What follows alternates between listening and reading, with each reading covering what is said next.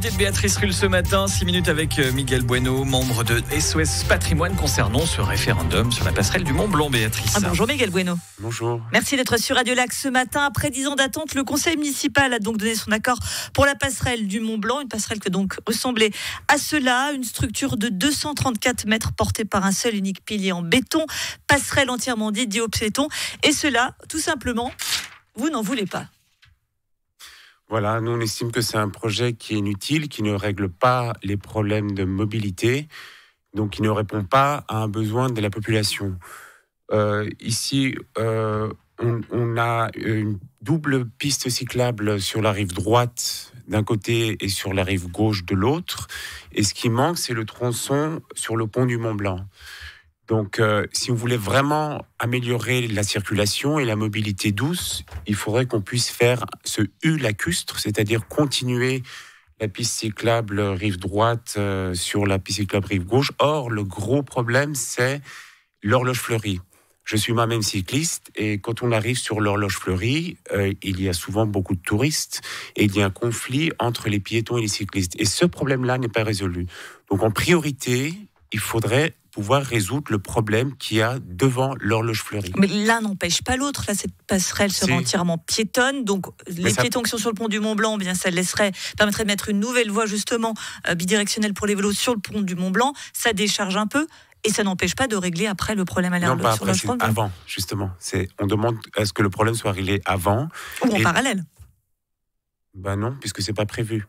En fait, avec ce projet-là, c'est pas prévu. Donc, ça montre bien que c'est un projet qui est élitiste, comme beaucoup de projets à Genève. Offrir un nouveau pont à la population, c'est élitiste ? C'est très élitiste, hein, parce qu'il est inutile.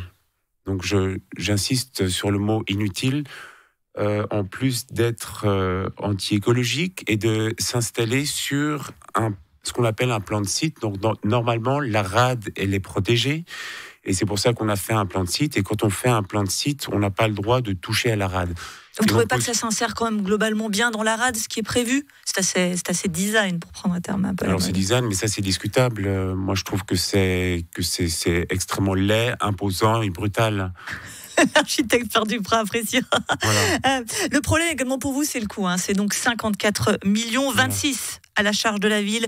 Le reste est complété par des subsides fédéraux par une fondation privée. Alors c'est vrai que ça semble énorme, 54 millions, on est tous d'accord. Mais quand on remet dans le contexte, par exemple, le Grand Théâtre de Genève a un budget de 62 millions par année. Là, on parle d'une structure qui va servir à tout le monde pour 54 millions de francs. On se dit que l'un dans l'autre, finalement, on va pas dire que c'est pas si cher, mais ça peut être argumenté. On a fait des comparaisons avec des œuvres similaires et puis on a vu que c'est 3-5 fois plus cher.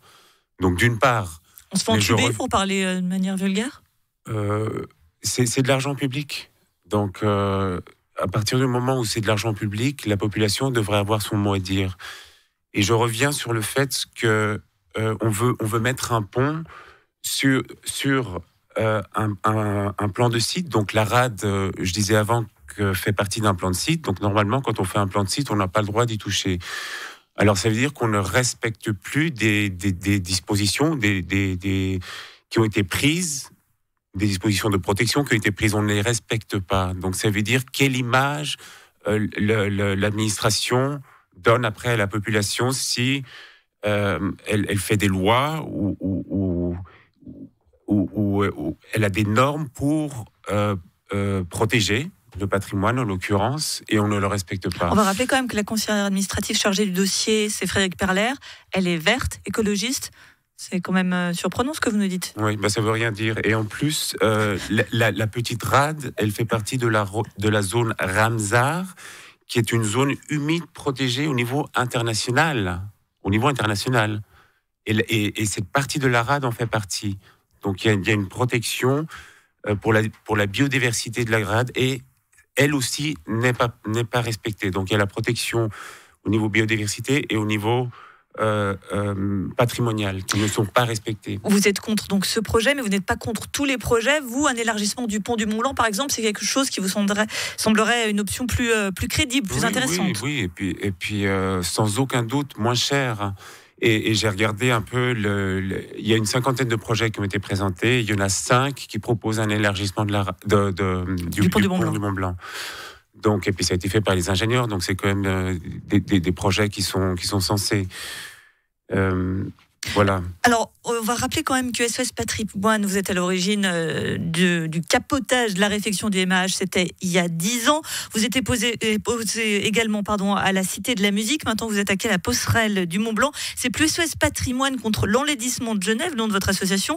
C'est SOS Patrimoine, surtout ne changeons rien à Genève. Vous opposez à tout ? Changeons bien par rien. Changeons les choses, mais bien. Donc, de votre point de vue, certains ne sont pas de cet avis. Oui, mais certains estiment que depuis le MAH, il n'y a plus rien, qu'il n'y a plus d'une grande cité de la musique, ça c'est un projet qui est fini. On justifie toujours ces changements par des nouvelles infrastructures. Et nous, on pense que les infrastructures existantes, elles suffisent et qu'on peut les améliorer. Donc faisons avec l'existant et améliorons la gestion des infrastructures. Parce que la Cité de la Musique, c'est de la gestion de la culture, de la musique. Et on s'est rendu compte qu'en fait, c'est pas bien géré. Et que le fait d'avoir un nouveau bâtiment, ça résoudrait tous les problèmes. Et on a vu que non, en fait, ça résoudrait pas les problèmes. On n'arrive pas à remplir le Victoria Hall et on veut une nouvelle structure. On voit qu'avec la Comédie, l'ancienne Comédie, qui est un bâtiment même magnifique au niveau patrimonial et au niveau acoustique aussi à l'intérieur, et qui est très grand, il est vide maintenant. L'ancienne Comédie est vide. On a fait une nouvelle Comédie, donc c'est vraiment toujours dans la surenchère des infrastructures. Et on se rend compte qu'après, on a énormément de bâtiments qui sont vides. Et on en fait quoi ? La solution passera-t-elle par une nouvelle passerelle du Mont-Blanc ? Réponse probablement en votation. Là, vos paras vont être recomptés. On devrait donc s'exprimer sur ce sujet très prochainement. Merci beaucoup, Miguel Bueno, membre de SOS Patrimoine, d'avoir été sur Radio Lac ce matin. Merci. À une